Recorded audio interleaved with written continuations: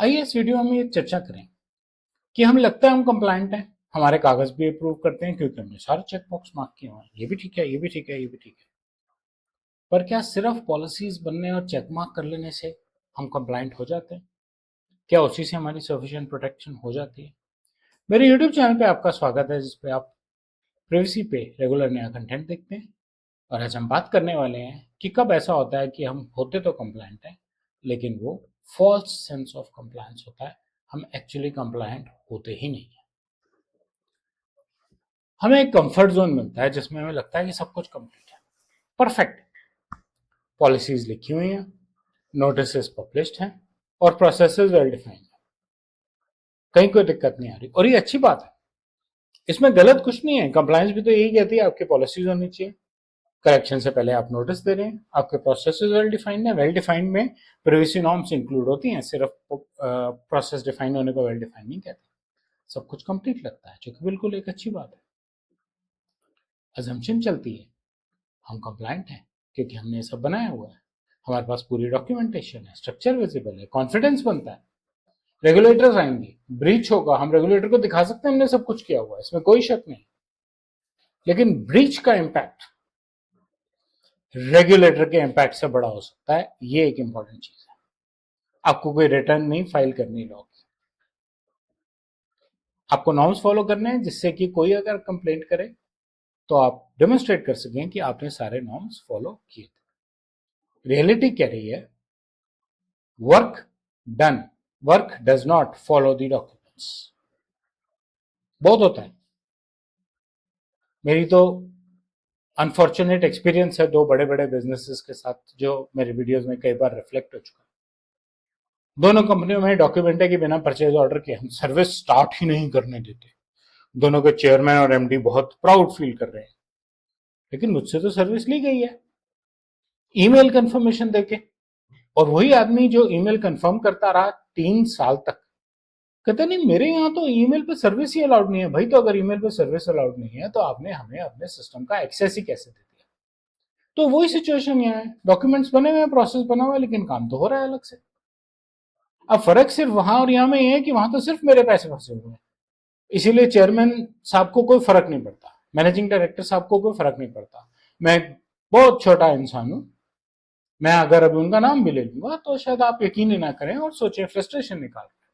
लेकिन अगर यही ऐसी लापरवाहियों में उनके यहां से उनके 1 लाख फिनटेक कस्टमर्स की सेंसिटिव इंफॉर्मेशन चोरी हो, अगर उस अस्पताल में से सिर्फ 100 कस्टमर्स के ब्लड टेस्ट की, एमआरआई स्कैन्स की रिपोर्ट्स चोरी हो गई, तो क्या तब वो जो इम्पैक्ट आएगा, जो पेशेंट उस अस्पताल में आना बंद कर देगा या जो कस्टमर उस फिनटेक से डील करना बंद कर देगा, उसको ये जस्टिफाई कर सकते हैं कि नहीं मेरे प्रोसेस में तो लिखा हुआ है ना कि हम चोरी नहीं होने देते? हो गई तो हो गई, हमारी कोई जिम्मेवारी नहीं है। क्या वो रेगुलेटर्स को हैंडल कर सकते हैं कि उन्हें कोई फाइन ना हो? इनफॉर्मल शेयरिंग होती है, वर्कर ऑन्स यूज होते हैं, एक्सेप्शन यूज होती हैं, और ये रेगुलर चीजें हैं और ये जरूरत पड़ती है। किसी को अर्जेंटली सर्विस चाहिए थी और एक्चुअली ये हुआ था कि डेटा सेंटर मूव हो रहा था, 2 दिन के अंदर डेटा सेंटर मूव होना था और जरूरी था कि उस पर बैकअप सर्विस इमीडिएटली स्टार्ट की जाए, क्योंकि अगर वो नहीं स्टार्ट की गई और डेटा सेंटर माइग्रेशन के टाइम पे कुछ प्रॉब्लम आ गई तो डेटा लॉस हो सकता है। सर्विस ले ली फटाफट, पीओ बनाने का टाइम नहीं मिला, जब पीओ बनाने का टाइम आया तब तक परचेज मैनेजर नौकरी छोड़ चुका था, फिर कोविड हो गया, लॉकडाउन हो गया, तो 2 साल मैनेजर नहीं आया तो आपने सर्विसिंग नहीं बंद होने दी। आप बंद कर देते सर्विस अगर आपको नहीं चाहिए थी, लेकिन मिल रही थी, चलती रही। और बाद में आपकी मैनेजमेंट ने आपको अलाउ कर दिया कि यार पीओ नहीं है तो पैसे कहाँ के देने, सर्विस बंद कर दो, किसी और को पीओ दे दो, चल गया।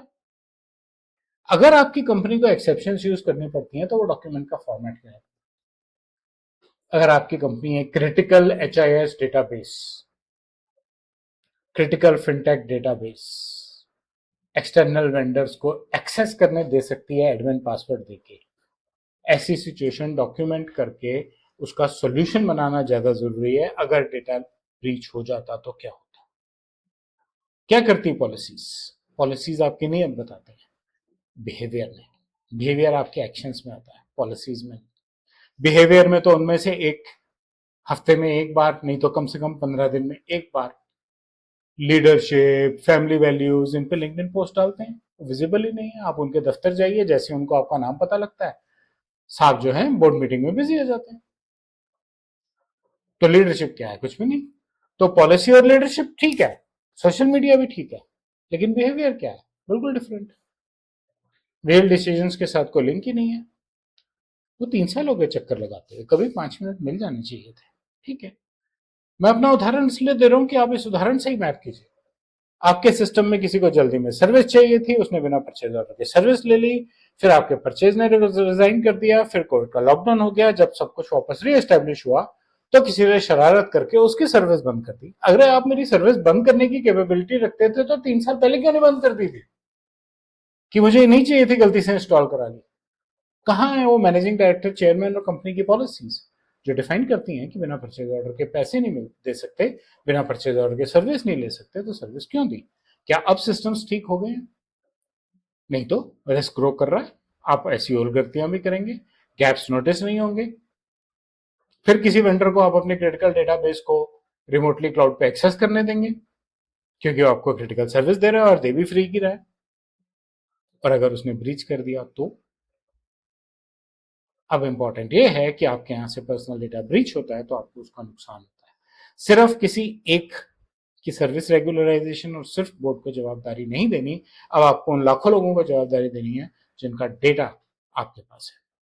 आपको डॉक्यूमेंट से आगे जाना पड़ेगा, आपको देखना पड़ेगा कि आपकी ऑर्गेनाइजेशन काम कैसे कर रही है, वर्क फ्लोज देखिए, अपनी एजम्पशंस को क्वेश्चन कीजिए कि हम एजम्पशंस के बेसिस पे कैसे अपनी दुकान चला रहे हैं। इंपॉर्टेंट है। इसलिए ध्यान रखिए, पॉलिसीज आपको प्रोटेक्ट नहीं कर सकती अगर वो ठीक से एग्जीक्यूट नहीं की जाए। एक्सेप्शंस हैं तो उन्हें रेगुलराइज कीजिए। पॉलिसीज और डॉक्यूमेंट सिर्फ गाइड बन सकते हैं, लेकिन आपका बिहेवियर वो है जिसकी वजह से एक्शन लिया जाता है, और रियलिटी है जो एक्चुअल पोजीशन को डिसाइड करती है। फॉल्स सेंस ऑफ कंप्लायंस पे सिर्फ इतना ही। मुझे उम्मीद है आपको कंटेंट अच्छा लगा होगा। अगर अच्छा लगा है तो मेरे चैनल से बने रहिए, सब्सक्राइब कीजिए और वीडियो को शेयर और लाइक जरूर कीजिए। धन्यवाद।